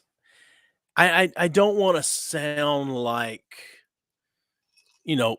grumpy old man, get off my lawn kind of thing, but it's like the kids are growing up too quick now. I don't think this is a good thing. Like No. for kids to have this kind of information this early. I mean, No. Like I've always been a big believer in age appropriate information. sure. Right. Like I've always been one, and my family thought this was ridiculous. But if my kid was old enough to ask a question about something, they're old enough to get an honest answer. Now I'm going to give you an age appropriate answer, Sure. but I'm going to tell you what the fuck the truth is. Like I think that's important. But I think we've completely bypassed that age appropriate keyword. Oh, there. yeah, We've for just sure. Gone straight to, whatever it is. Yeah, 9-year-old, they're gonna, you have the talk. They know the basics, the birds and the bees, but they don't need to know that, what fucking doggy style 69 pearl necklaces are and shit. At Have 10 you years old. have you seen this like sex education book that's been tried to be banned from schools Mm-mm. that is graphic for young kids? Graphic. No. The pictures in the book they're not photos, right? They're drawn, but Mhm. it's graphic drawn images of blowjobs and things like that, like and anal sex and shit like that. See, that's the thing. Like at a certain age, like, yeah, you got to become aware of that. But like at 8, 9 years old, you don't need to know Right. what a fucking blowy is. You don't need to know No, what fucking exactly. you don't need to know what a fucking train is. That type of shit. Right. Yeah. Yeah, it's Yeah, like when Jude was 10, I remember it's like 10, 11, he cracked a fucking priest joke. And it was hilarious coming out of a 10-year-old's mouth. But I'm like, Jesus, you should have no concept of what the fuck you're talking about Right. now. right. Right. Yeah, I mean, like I hate for anyone's speech to have to be stifled or anything like that, but I don't consider banning a book like that from 7, 8, and 9-year-olds stifling someone's free speech. Right. Like Well, there's it's- also a difference, and this is the shitty thing where we're at societally, in my opinion, is you shouldn't have to fucking ban the book, right? Right. The school system should be like, no, this isn't age appropriate. You can have it in the fucking library, and that way the parents, if they think their kid should, they can check the fucking book out. But someplace where it's aptly available, that's where people should have some goddamn common sense and place those things in effect. Like, there's no reason to have a national ban, but the school system should be able to look at that and be like, yeah, that's not probably appropriate for a fucking 5-year-old. So yeah, we're not going to keep it in the library.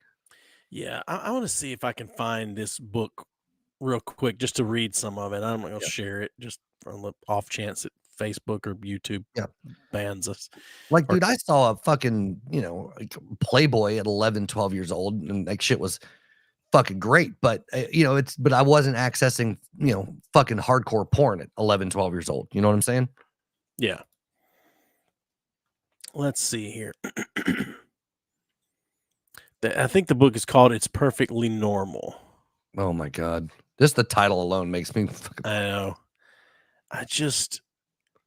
It's not giving me any things. It's not giving me any lines from the book. Right. Let's see if I can find that. Yeah, I mean, I don't know. How old were you when the first time you saw somebody naked that wasn't like a family member that just, stepped out of the shower and was headed to their bedroom or whatever? 27.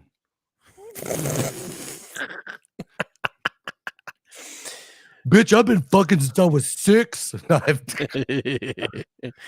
Let's see here. I don't know. I was probably, like I said, probably not counting, like you talking about actually seeing somebody naked. Probably fucking like 11, 12. Like I said, like finding my grandfather's Playboys and shit, which I feel like at one point was a rite of passage and is no longer a rite of passage anymore. Or finding Woods porn. Yeah, I was in kindergarten first time I saw anything from porn. Right. Yeah, but you also didn't have the average childhood growing up. You're right. So I didn't. But I was at a friend's house and their dad had a Playboy. Okay. And they was like, hey, check this out. Let me see. Maybe this is not the book. I'm trying to scroll through. I'm sure I was younger, I'd seen, because also you go into public, like YMCA or locker rooms. I mean, you saw naked dudes all the fucking time, sure. Going to locker rooms in school like that. But as far as seeing the opposite sex naked, I was old. All right, let's see here. Where is it at? Like the worst thing we could do is be able to watch, or at least finding some fucking Skinamax or HBO After Dark and watching through the blurry fucking lines and hoping to get a freeze frame of through the scramble of some boobies. So can you see that? Yeah. Holy shit. There's one of the pages. That's not too bad. Okay. Come on. 7, 8, and 9. Give me a break. Yeah. For 7, 8, 9. Yeah. But I'm saying that's not as bad. But like for I don't know, 11, 12. That's not terrible. Let's see here if I can. This may not be the book I was talking about, but it's still pretty rough. Yeah, it's not the book I was talking about. It's still pretty rough, for kids of a specific age. Yeah, because I remember I was younger, like, I don't know, and there was some sex book that was written for kids, and it didn't have any of the, any of the same sex stuff in it, but it was not for a kid. It was graphic, and there's some drawing of some dicks and some vages in a cartoon, but yeah, that's about it. Yeah. What's up, Indian Jesus? Happy Halloween, buddy. Hey, what's up, man? I grew my mustache out. Actually, I was just hoping Lutch would join in because I figured it might give him a tingle in his belly button. Are you still looking for this shit? Why? Yeah, I'm sorry. I was listening to you, but I'm also trying to look to see what the name of this book is, because there is a book. I'm sure. I believe you. There's a book that has anal sex and blowjob in it, and I would bet that Indian Jesus knows what I'm talking about. So anyway, but unless that book that I just showed just a minute ago, it just wasn't the whole book there to look through. But yeah, anyway. Yeah. Jude asked me the other day. He wants a Crunchyroll subscription, which is Crunchyroll, an anime. Yeah, I know what it is. And I'm like, and I know he's gotten some some like he likes the anime girls, which is fine. But I'm like, yeah, there's some serious parental control issues that exist in Crunchyroll, because there's some fucking hentai. Oh shit yeah, that for sure. you ain't be seeing no fucking tentacle banging. But Yeah, man, he's given a whole bunch of. he is. I said, yeah. Damn it! Quit. I'm trying to copy some of these titles so I can Google them. As you clicked on it, it went away. The Bluest Eye sounds something like Fantastics. It does. I like that But name. The bluest waffle. The Bluest Eye. The bluest ball. I don't know. Let's see here. Why would they call it the Bluest Eye? I'm confused. I feel like I should know something that I'm unaware of. It's the bluest. Yeah, I don't know. But Oh well, what a fucking eventful show this has been. it has been. We've been all over the road. All over the road. Hey, speaking of the way I just mispronounced the word road, have you watched any of those Roald Dahl shorts that Wes Anderson has put out on Netflix? No, I've been meaning to, and I They're haven't yet. pretty good. They're pretty good. The Henry Sugar one is really good. We just finished watching House of Usher. Was the last new show that Is that any good? Yeah, it's great. Okay. Yeah, it's I might very, give very it good. a chance. Yeah, which is good because I love The Haunting of Hill House and Mhm. the was Bly Manor. I heard it wasn't Bly Manor that wasn't great. nearly as good as Haunting of Hill House. Like it wasn't terrible, but in comparison, it wasn't. And then there's the one on the island. I'm completely blanking the name for it, like the fishing village and shit. That was in the same universe. It was pretty fucking good. And then this I was don't know really, that really one. good. Yeah. Interesting. I thought it was a little artsy. Yeah, that's a fair assessment. House of Usher was good. That was a little artsy and drawn out. Yeah. Some of it was bad. So you had another Oh, another WikiHow? another WikiHow. Yeah. How to get your girlfriend to have sex with you. How to get your girlfriend to have sex with you. Yeah. Yeah. Let's hear that one. So this is, and actually it's really funny because and this was also co-authored by a relationship expert. Was it now? Yep.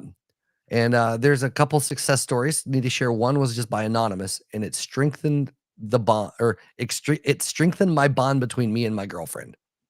Okay. Yeah, it was what the what was. Let's see. And here's another from Nitch Walker. Thank you. The details and instructions help to both interpret and understand a female more. They help to seduce a female in a way she agrees with and doesn't feel neglected or used. It teaches you not to use women, but actually fall in love. That's funny. Yeah. So, and one last one from Declan Butler. Everything was helpful. We got to the touching part, and she was the one to play hard to get. It was awesome.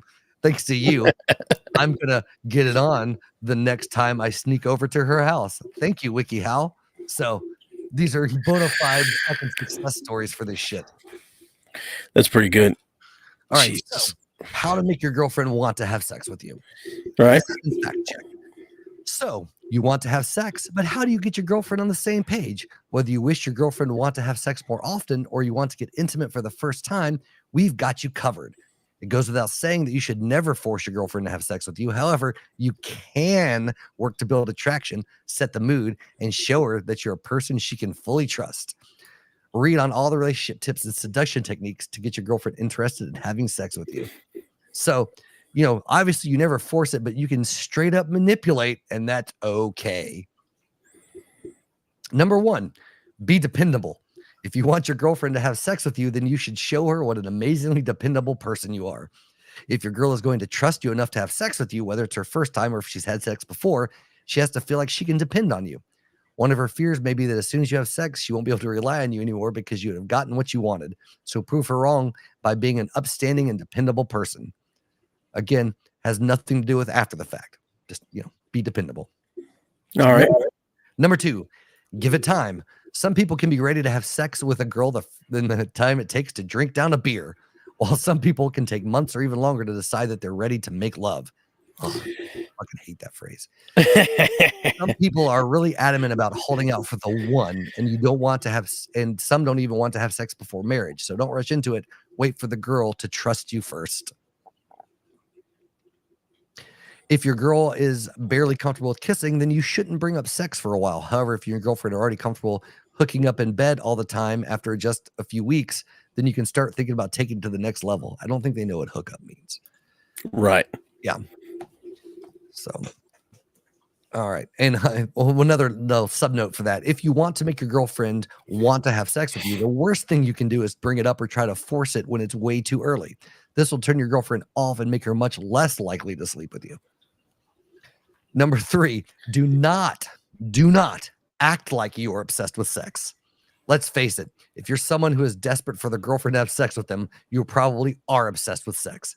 This doesn't mean you have to make jokes, innuendos, or even blatant references all the time. The last thing that you want your girlfriend to think is that you're a person who is so obsessed with sex that you don't care which lady comes into your bed. You should make her feel special, like you only want her. Jesus. Yeah. It's great. All right. Okay. Number 4, be loyal. If you want to make your girlfriend trust you, then you have to be loyal to her. She'll probably never have sex with you if she thinks you're talking to or checking out other people. Though you don't have to be rude or ignore other women, you should have a laser sharp focus on your girlfriend so she knows you'll always be there for her, especially after you start having sex. All right. All right. So part 2, that's the part 1. That's the building her trust. So you've gotten there. You built some trust. All right. Part 2, you treat her well. Treat her kindly. Don't overdo it, but being chivalrous can be more appealing. Don't force that on her, or don't force chivalrous. Oh God, I can't even say it. Chivalrousness on them if they don't like it or say they don't like it. You should treat her kindly, not just like someone you want to hook up with. To do this, you can be considerate as well as courteous, kind, understanding, and generally admirable or admirable. You could example open doors for her, give her your coat when she's cold, pull out chairs for her, and help her carry her heavy bags. Be sure to compliment her so she knows how great she looks. Is that a euphemism? Yes. Come here, bitch. Let me help you carry them heavy bags. Yeah. Number 2, clean your space. This may sound silly, but if you want your girlfriend to really feel special, then you shouldn't invite her to hang out if your place looks like the set of World War Z. You need to make sure to remove any dirty laundry from your floor, clean your counters, and make your bed look and smell as clean and inviting as possible. So let's say he was just talking about chivalry last week with Cheesecake Factory Lady. I'm not sure if Cheesecake Factory Lady's someone's handle online or if that's a euphemism or what. Yeah, either way. If you drive her around a lot, you should also keep a clean car. Give your partner the respect she deserves by making sure she has a clean seat. It's like, I got a clean seat right here. Number 3, show interest in all of her, not just her body. Your girlfriend's biggest fear may be that you don't care about her mind because you're too busy obsessing over her body. You must prove her wrong. Show her that you are about who she is as a person, about her hopes and dreams, and about what makes her tick. Ask her about her friendships, her childhood, and her favorite experiences. Show her that you value her opinion. Ask her what she thinks about the current political situation in your state or the look of your new outfit. Make contact when you talk, eye contact when you talk to her. Show that everything she says is important to you. Number 4, take her out on romantic dates. If you want to build the sexual tension, you have to build the romance first. Make her feel special by taking her out, dressing up, and picking up a romantic spot for dinner, a drink, or just for stargazing. You don't have to say anything corny or out of your element to make her feel special. Do something romantic once in a while to show your lady she really matters to you. Number 5, be attentive to her needs. If you're not attentive to your lady's everyday needs, then how will you be attentive in the bedroom? Your girl needs to feel like you know when she's sad, nervous, anxious, or even just cold and hungry. Pay attention to her eyes, her body language, and her words to know if there's something bothering her. And if you act completely oblivious when she's obviously upset, she'll think you're not really paying attention to her. Okay, number 6, make sure she's ready to have sex. If you really want to treat your partner well, then you have to be able to have an idea of whether or not she's ready for sex. If you're her first partner, or if she's sexually inexperienced, or if she's deeply religious or has other moral conflictions that will make her steadfast about not having sex, then you should back off and wait for her to trust you enough to even consider having sex with you. So in other words, religious convictions aren't necessarily a barrier. You just gotta wait. Wait them out. And they gave you a few ways. Here are some ways to know if she does not want to have sex with you, other than, saying that she doesn't want to have sex with you. If things have been really hot and heavy in the hookup department, then she may be ready to move forward. If she's talking about sex, giving you sexual compliments and touching you a lot more, she may be ready for sex. She's been hinting that she wants to sleep over, spends a lot of time or near your bed, invites you over late at night. She may be ready for some more intimacy. All right. I'm so bored with this. I am too. But we're about to get to the good stuff, and I won't read the full details on it. But Okay. this right here. So this is part 3, turning her on. So very important. Number 1, be prepared. If you plan on All right. trying to have sex or Boy even think about Scouts, having yeah. sex, you should be prepared with protective measures. Number 2, set the mood. Number 3, kiss her. That usually works sometimes. Number 4, play hard to get. That is terrible advice. Play hard to get. If you really want to make your girlfriend want you, then you shouldn't act like a sexual beast. But what if I am a sexual beast? Right? Oh, Jesus. Beastmaster. Yeah. Instead of ripping her clothes off and practically levitating the bedroom, you should kiss your girlfriend for a few seconds, then hold back, stroke her, and then talk to her. Repeat this move a few more She got a times dick? and Jesus. wait for her to go wild. Jesus. All right. 5, touch her. Not sexually, but like on the arms and back and stuff. Are you naked at this point already? No, I wish No, you're not. I wish I Okay. was sharing the drawing and the pictures for this. They're pretty great. Respect her wishes and be a good judge. Something tells me if you're reading the article that you probably don't have good judgment on when your girl's wanting to have sex or not. All right. But the main reason I picked this is there are 3 questions at the end of this that the community can ask and get questions. All right. And get answers. And the first one, the very first fucking question, I shit you not, is what is the legal age for sex? Jesus Christ. Oh God. Number 2. Some 12-year-old. No, number 2. Can I get intimate with a guy who is 4 years older than me when I'm younger than 18? Yeah. I mean, can you? Sure, you can. He's Yeah. gonna go to jail, but you can. Yeah, right. You'll get off scot-free, but he's going to jail. Yeah. So those are 2. So if you're listening and you're paying attention, you now know how to get your significant other to want to have sex with you. Good Lord. Very very technical, very very broken down, and a lot of nonsense. Yeah. All right. So I think I found this cheesecake lady Lutch was talking about. Oh Jesus. So let's just see. Not that. Right here. Let's just see what she's. Fuck. I don't even need to know what. Is there audio here? Can you not hear it? No. Yeah. Hold on a minute. I'll fix that. Well, it's muted at the bottom right of the video. No, I unmuted it because I could hear it on my I can end. see so- it on the screen. It doesn't matter. Yeah. Hold on. I don't want to watch it. I don't care. I don't care. Well, fine. Yeah, I know it's an ad, Lutch. Jesus Christ. Yeah.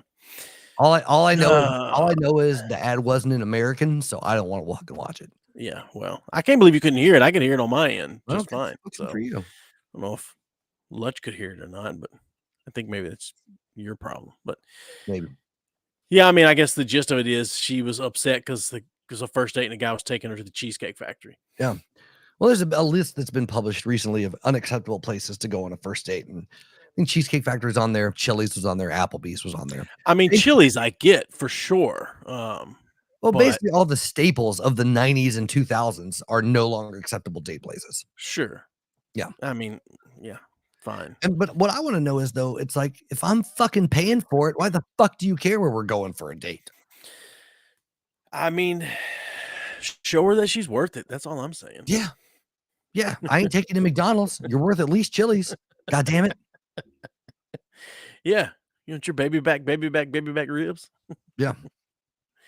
Who is Loco Taco? I don't I'm not sure know. who that but is, but it doesn't matter. Don't you worry about it, Loco Taco. It's my Halloween costume. So you need to just step the fuck back.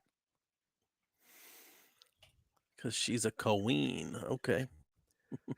Yeah. So I mean, really, do you think like if you were I try to put myself in other people's shoes sometimes and think Do through you? things logically. I do. That's how I Okay. process sometimes if I'm being Yeah. completely unreasonable with Walk a mile in someone else's shoes. No, I just try to when I try to view things from different perspectives to figure out if my initial reaction to shit is rational. No, I know that was. I was just joking when I asked. I think we can all look at you shirtless and tell you hadn't walked a mile in a long time. I haven't walked a mile in a very fucking long time. And my nutsack is sticking to this fucking leather chair. Jesus. But Yeah, yeah. But most anybody that tuned in late doesn't know you are actually completely naked. yeah, that's Or fine. do you have socks on? No socks. No No socks, when you're okay. naked. No. It's just weird.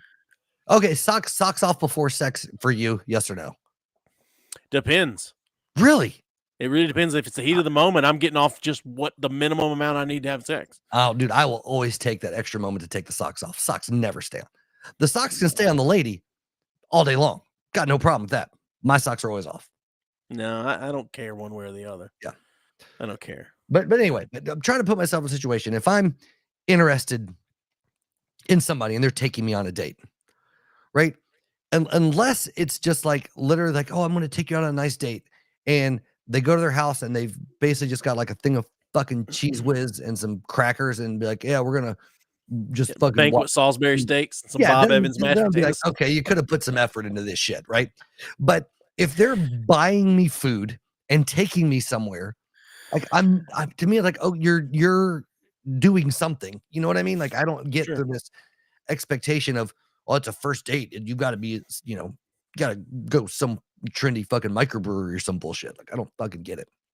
I mean, to me, microbrewery sounds a worse first date Yeah. than the Cheesecake Factory. You're not going to get good food at a microbrewery. You might. I mean, you're going to get good bar food. Yeah. But Yeah. I mean, no. I don't I'm just know. saying, like it's become this, the thing that's trending, like this expectation of a certain caliber of dates. And I get if you've been dating for a little bit and you're, like, oh, I'm going to take you out somewhere nice for our anniversary. And then you go to fucking, Chili's, then that's a little different. But yeah, I hear myself pretty well there, Amy. She just asked, do I hear Like- myself? Yeah, I hear myself. What is it, Amy? I'm legitimately interested in what it is that he is, what you think it is he's not hearing or what it is he needs to hear. I really would like to hear what you have to say. Because I'm just saying because my job, depending on my income, right? Like going to like a fucking Chili's or an Applebee's might be like that might be higher in budget just to splurge on a date, right? Like not a vacation on a date. Like I might be going all out for my means. It's nothing fucking wrong with it. If you're into the person that you're hanging out with, where you're going shouldn't be as important as spending time with the person and the effort they're putting into the date. That's my point. Okay.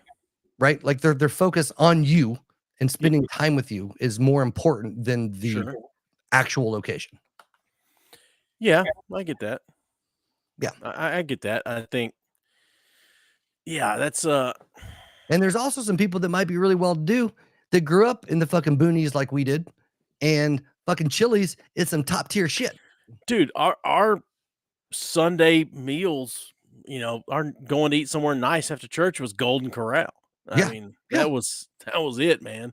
Yeah. Just right there through the stockyards, lining up like cattle. I think I guess my point is if you're into someone and they're into you, it should be more about that time together, right? And making that effort to connect than the actual event or location. You know what I'm saying? Yeah. Sure. That's my point. Like that's been lost in my opinion. Like the that connection aspect of it. There's an element of needing it to meet some type of fucking unwritten standard, and that I think is Well, so we're getting close to the time where we need to get off. I mean, I got shit to do and I got to get in the morning and work. But Amy, find us on Facebook, Instagram, whatever, and send us a message. hate mail, please.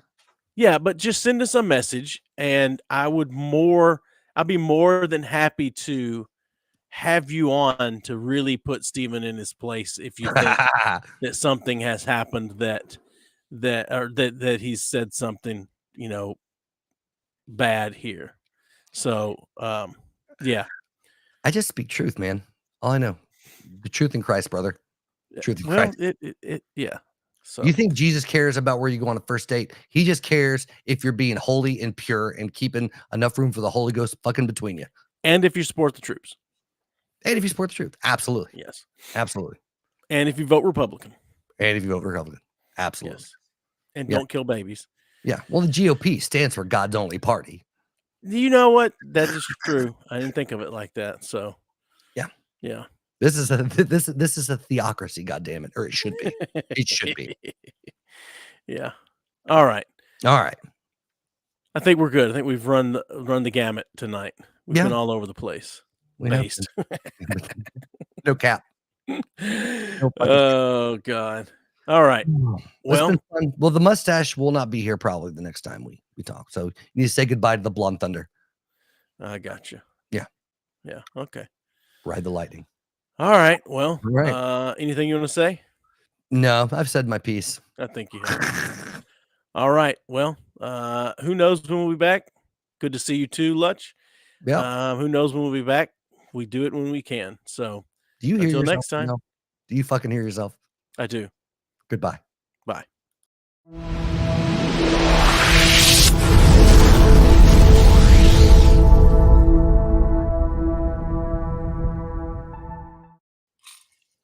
Good times.